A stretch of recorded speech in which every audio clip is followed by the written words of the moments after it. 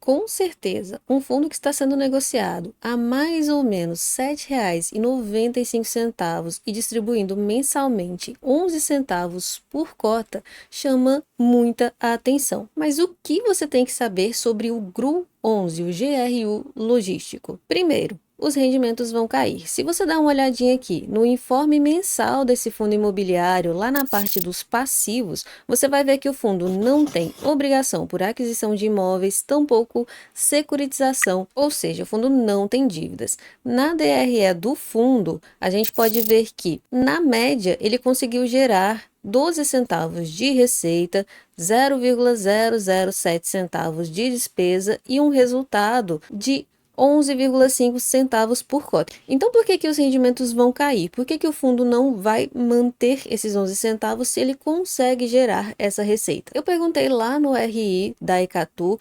Por sinal, eu recomendo que vocês usem o RI tanto desse fundo quanto de outros também. É muito interessante você ter a informação direto da fonte, é muito mais confiável. Enfim, eu perguntei, eles me responderam algumas coisas que eu já sabia e, por exemplo, eles iam, como eles trouxeram no prospecto, eles iam adquirir esses imóveis de forma parcelada, o Seller's Financing.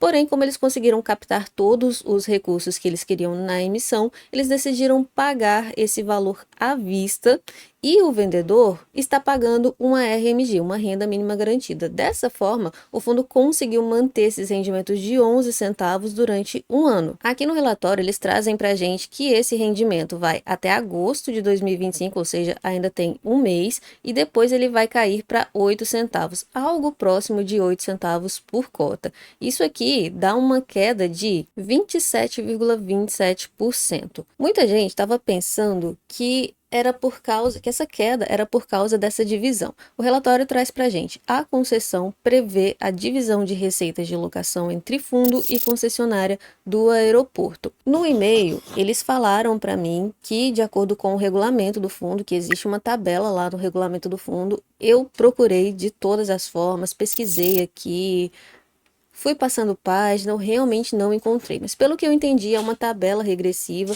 e, de acordo com o que o fundo está recebendo de aluguel agora, ele está passando 50%. Isso me deu a entender que, se o fundo tivesse uma receita menor, ele estaria repassando menos, mas eu não encontrei. Se você for um pouquinho mais curioso que eu e encontrar, deixa aqui nos comentários o item, a página do regulamento ou do prospecto, onde você encontrou essa informação, que eu gostaria muito de saber. Mas enfim, como eu falei antes, a queda dos rendimentos se dá devido à descontinuação da RMG, a renda mínima garantida. E aí, o segundo ponto de atenção que você tem que ter com esse fundo imobiliário é justamente a concessão.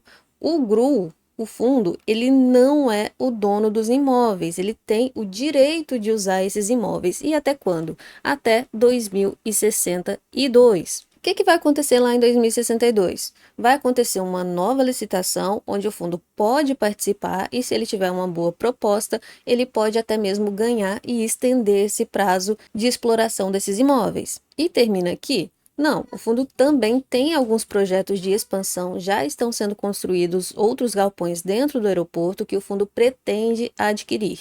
E aí, quando eles estiverem prontos, o fundo vai chamar uma nova emissão e vai adquirir. Agora, o fundo está sendo negociado bem abaixo do VP. Se a gente for olhar aqui, olha só, o valor patrimonial dele é 9,59 e ele está sendo negociado a 7,95.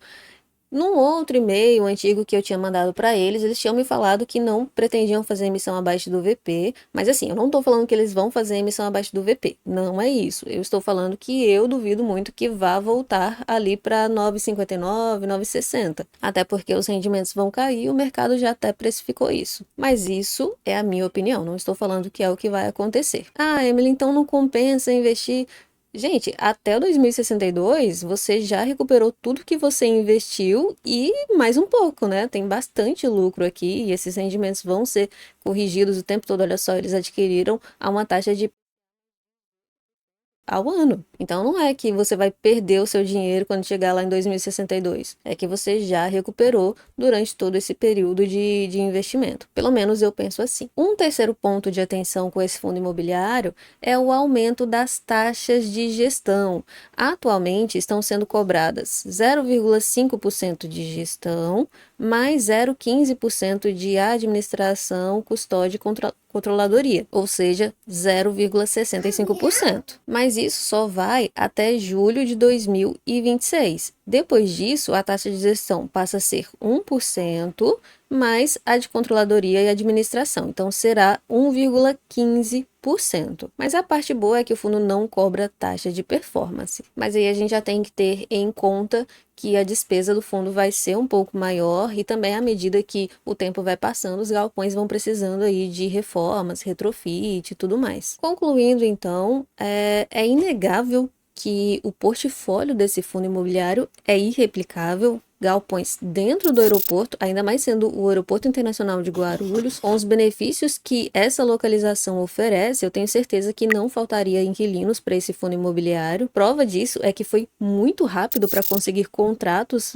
o fundo não tem vacância, tem contratos totalmente atípicos e com preço de aluguel 3 vezes acima do que é praticado ali em São Paulo. Mas a questão é saber se você consegue entender esse fundo imobiliário e se ele vale a pena para você. Me fala aí nos comentários, você acha que vale a pena para sua carteira de investimentos? Aproveita para curtir esse vídeo, se inscrever no canal, compartilhar e a gente se vê no próximo vídeo.